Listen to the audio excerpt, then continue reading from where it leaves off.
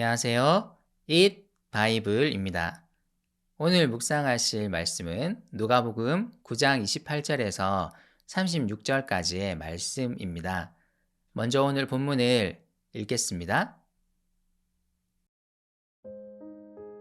이 말씀을 하신 뒤에 여드레쯤 되어서 예수께서는 베드로와 요한과 야고보를 데리고 기도하러 산에 올라가셨다. 예수께서 기도하고 계시는데 그 얼굴 모습이 변하고 그 옷이 눈부시게 휘어지고 빛이 났다. 그런데 갑자기 두 사람이 나타나 예수와 더불어 말을 하고 있었다. 그들은 모세와 엘리야였다. 그들은 영광에 쌓여 나타나서 예수께서 예루살렘에서 이루실 일, 곧 그의 떠나가심에 대하여 말하고 있었다. 베드로와 그 일행은 잠을 이기지 못해서 졸다가 깨어나서 예수의 영광을 보고 또 그와 함께 서 있는 그 두 사람을 보았다. 그 두 사람이 예수에게서 막 떠나가려고 할 때에 베드로가 예수께 말하였다. 선생님, 우리가 여기서 지내는 것이 좋겠습니다. 우리가 초막 셋을 지어서 하나에는 선생님을, 하나에는 모세를, 하나에는 엘리야를 모시겠습니다. 베드로는 자기가 무슨 말을 하는지도 모르고 그렇게 말하였다. 그가 이렇게 말하고 있는데 구름이 일어나서 그 세 사람을 휩쌌다. 그들이 구름 속으로 들어가니 제자들은 두려움에 사로잡혔다. 그리고 구름 속에서 소리가 났다. 이는 내 아들이요 내가 택한 자다. 너희는 그의 말을 들어라. 그 소리가 끝났을 때에 예수만이 거기에 계셨다. 제자들은 입을 다물고 그들이 본 것을 얼마 동안 아무에게도 알리지 않았다. 누가복음은 예수님이 기도하시는 장면을 꽤 자주 묘사합니다. 하나님의 아들이신 예수님이 아버지 하나님과 계속 소통하셨음을 보여주려 했을 것입니다. 제자들도 예수님이 기도하실 때 자주 동행했던 것 같습니다.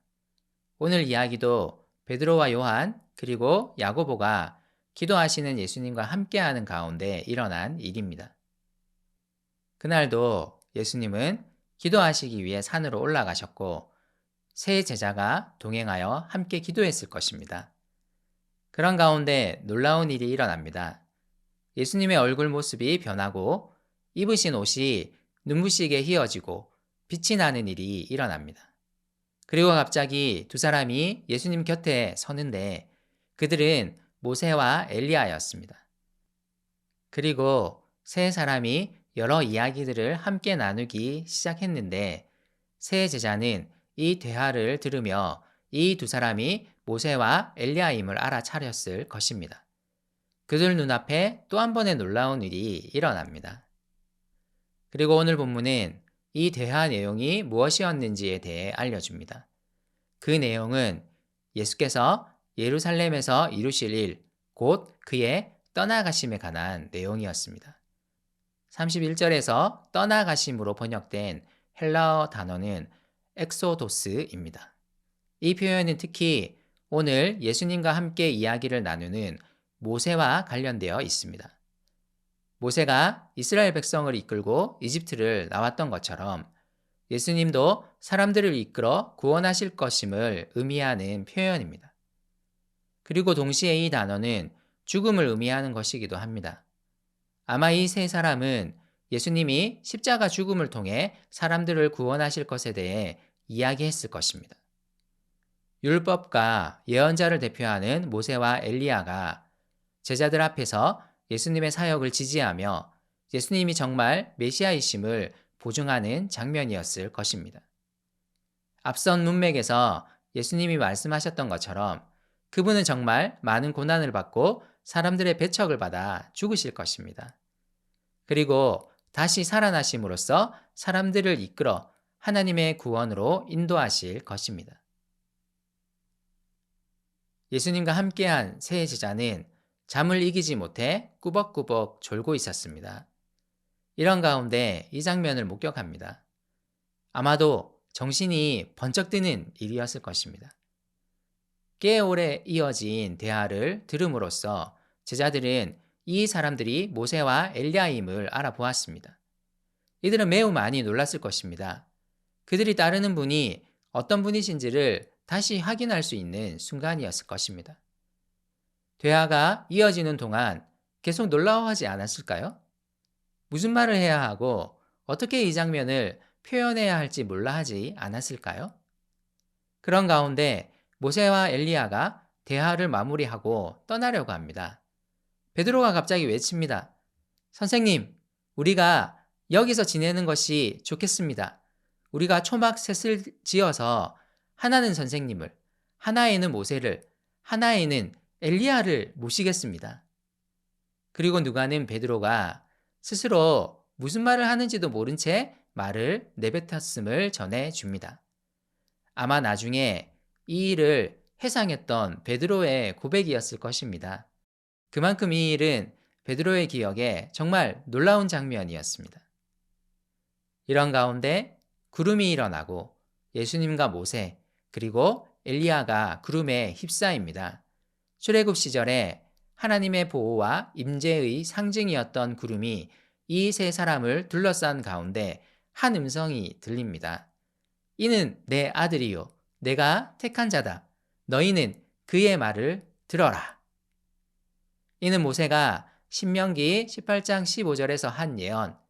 주 당신들의 하나님은 당신들의 동족 가운데에서 나와 같은 예언자 한 사람을 일으켜 세워주실 것이니 당신들은 그의 말을 들어야 합니다. 이 말씀을 연상시킵니다. 예수님이 메시아이심이 다시 확인되고 있습니다. 누가는 계속해서 예수님이 하나님의 아들이심을 그리고 사람들을 구원할 분이심을 이야기합니다. 하지만 그분은 당시 사람들이 원하는 일을 하지는 않으실 것입니다.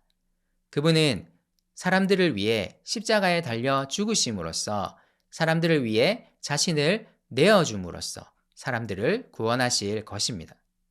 제자들은 앞으로 닥칠 고난 가운데 이것을 기억해야 합니다. 주님은 제자들의 길이 고난의 길이 될 것임을 아시기에 이러한 장면들을 보여주고 계십니다. 예수님의 십자가와 부활 이후 제자들의 길은 만만치 않을 것입니다. 후에 이 장면은 주님으로 인해 고난받는 제자들의 기억에 깊이 남아 그럼에도 예수님의 길을 따르도록 하는 중요한 동기가 되었을 것입니다. 예수님을 따르는 길이 정말 구원의 길입니다. 그분만이 진짜 사람들을 구원하시는 분이십니다. 연속되는 맥락 가운데서 고난이 계속 강조되고 있습니다. 오늘 우리는 고난을 어떻게 이해하고 있습니까? 예수님을 따르는 길이 고난의 길임을 말씀하시며 우리를 격려하는 이 장면들이 어떻게 다가옵니까? 자기를 부인하고 자기 십자가를 지고 예수님을 따라야 한다는 그분의 말씀이 어떻게 다가옵니까? 예수님을 따르는 길에 대해 다시 한번 깊이 생각해 보아야 하지 않을까요? 주님으로 인해 받는 고난 속에서도 그분만이 구원이심을 신뢰하며 다시 그 고난의 길로 걸어가는 것이 그리스도인의 삶이어야 하지 않을까요?